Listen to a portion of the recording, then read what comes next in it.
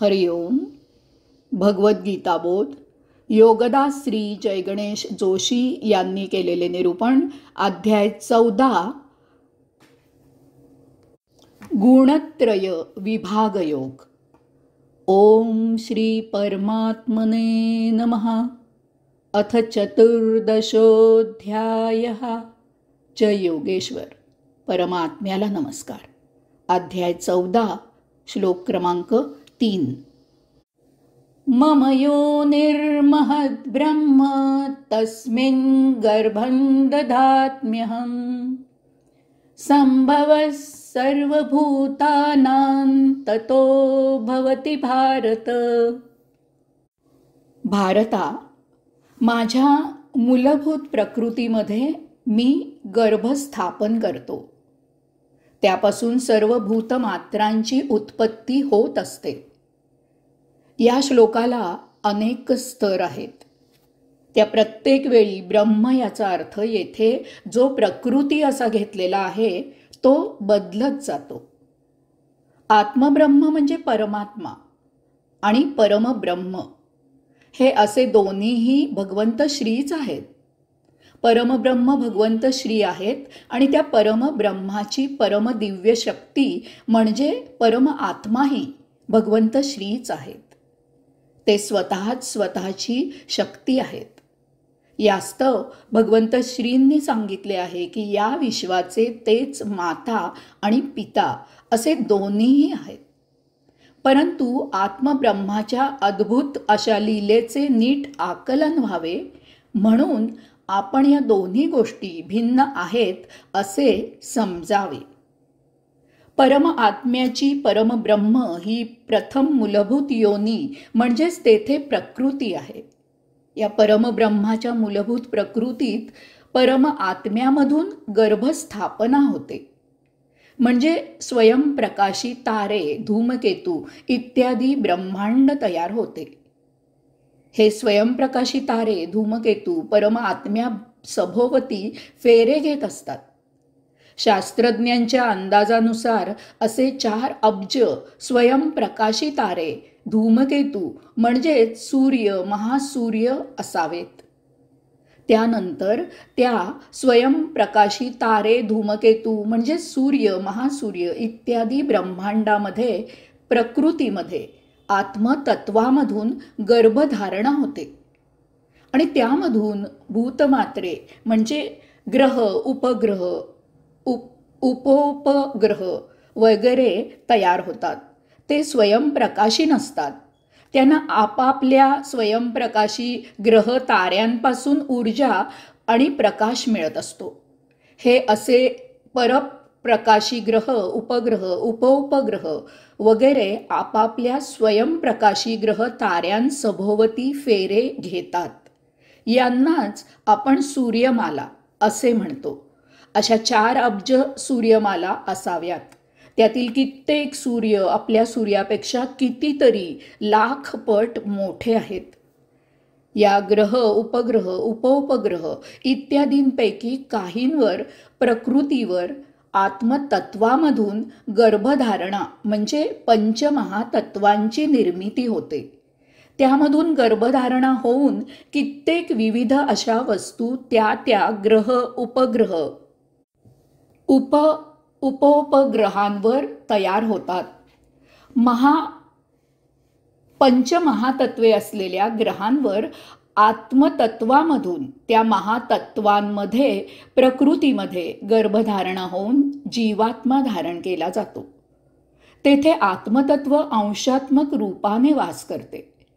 पंचमहातत्वांमधून अंशात्मक आत्मा स्वतः आणि जीवात्म्या सभोवती देह गोळा करतो, धारण करतो.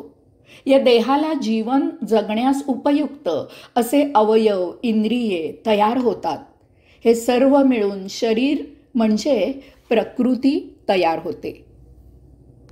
याला जोडूनच पुढचा श्लोक क्रमांक 4.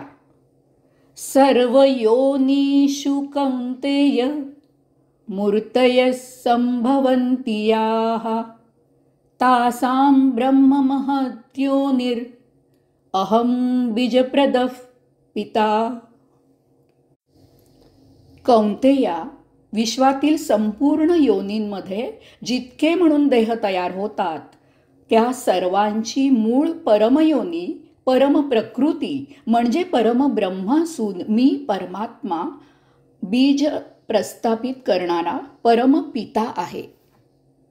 श्लोक क्रमांक 3 मध्ये भगवंत श्रींनी सांगितले की माझ्या मूलभूत प्रकृतीमध्ये मी गर्भ स्थापन करतो. त्यापासून सर्व भूतमात्रांची उत्पत्ती होत असते. त्याबद्दल येथे ते आणखी सविस्तरपणे सांगत आहेत. मूळ परमयोनी किंवा मूळ परम प्रकृती म्हणजे परमब्रह्म आहे. या परमयोनीत भगवंत श्री गर्भ स्थापन करतात. परमब्रह्म प्रकृती आहे तर परम आत्मा पुरुष आहे. परमब्रह्म माता आहे तर परम आत्मा पिता आहे. त्यामुळे भगवंत श्री सांगत आहेत की तमाम प्राणी मात्रांचे बीज प्रस्थापित करणारे ते परमपिता आहेत. याचा अर्थ भगवंत श्री हे विश्वपिता आहेत. 4 प्रकारच्या योनी आहेत. या 4ही योनी मूळ परमयोनी परमब्रह्माचाच भाग आहेत. यामध्ये परम आत्म्याचाच अंश गर्भधारणा करून अंशात्मक रूपाने निवास करतो. आत्मब्रह्म म्हणजे परमब्रह्म आणि परम आत्मा अतिसूक्ष्माहून सूक्ष्म असून त्यामुळे ते अदृश्य, अरूप, निराकार आहे. आत्मब्रह्माला त्याने स्वतःच निर्माण केलेली सृष्टीलीला अनुभवण्यासाठी सृष्टीमध्ये प्रकट व्हावे लागते. त्याला प्रकट होण्यासाठी जड वस्तू जगताचाच आधार घ्यावा लागतो. ते स्वतः जसे आहे तसे प्रकट होऊन सृष्टीलीला अनुभवू शकत नाही. यास्तव त्यांनी येथे प्रथम पंचमहातत्वे निर्माण करून जडसृष्टी निर्माण करून जीवाची जीवित राहण्याची सोय केली. मग त्या जड वस्तू जगतात देह धारण करून ते प्रकट झाले. या 4 योनी कोणत्या ते पाहणे उद्बोधक होईल. 1. जरायुज. जरायुज म्हणजे देहात शरीरात जन्म झालेला जीव जन्म होतानाच देह धारण करून जन्माला येणारे म्हणजे जरायुज. उदाहरणार्थ मानव, पशु इत्यादी. 2. अंडज. अंडज म्हणजे एकदम देह किंवा शरीर धारण न करता प्रथम अंड्यात जन्म घेऊन मग त्या अंड्यात देह धारण करून त्याची वाढ झाल्यावर अंड फोडून पुन्हा जन्म घेऊन बाहेर येणारे जीव. यांना द्विज म्हणजे 2 वेळेला जन्म घेणारे असेही म्हणतात. उदाहरणार्थ पक्षी, मुंग्या, सर्प, मासे, बेडूक इत्यादी. 3. स्वेदज. घामापासून तयार होणारे जीव म्हणजे स्वेदज. उदाहरणार्थ ढेकूण, उवा इत्यादी. 4. उद्विज.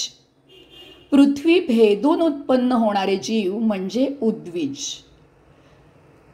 उदाहरणार्थ वृक्ष, लता, पल्लवी इत्यादी. योनीचे हे असे 4 प्रमुख विभाग मानलेले आहेत. या अशा 4 योनीत अनेकविध वैविध्याने नटलेले असंख्य प्रकारचे असंख्य तऱ्हेचे जीव जन्माला येत असतात. यांची संख्या 84 लक्ष आहे असे आपण मानतो. त्यांचा रंग, रूप, आकार भिन्न असतो. या 84 लक्ष योनीत पुन्हा करोडो जीव जन्माला येत असतात आणि मृत होत असतात. एवढे असूनही एक देह दुसऱ्यासारखा नसतो. ही आत्मब्रह्माची विशेष लीला आहे. त्या आत्मब्रह्माला अपेक्षित असे आपले आचरण ठेवून आपण साक्षी राहून ही अगम्य आणि अद्भुत अशी प्रभुलीला उपभोगावी.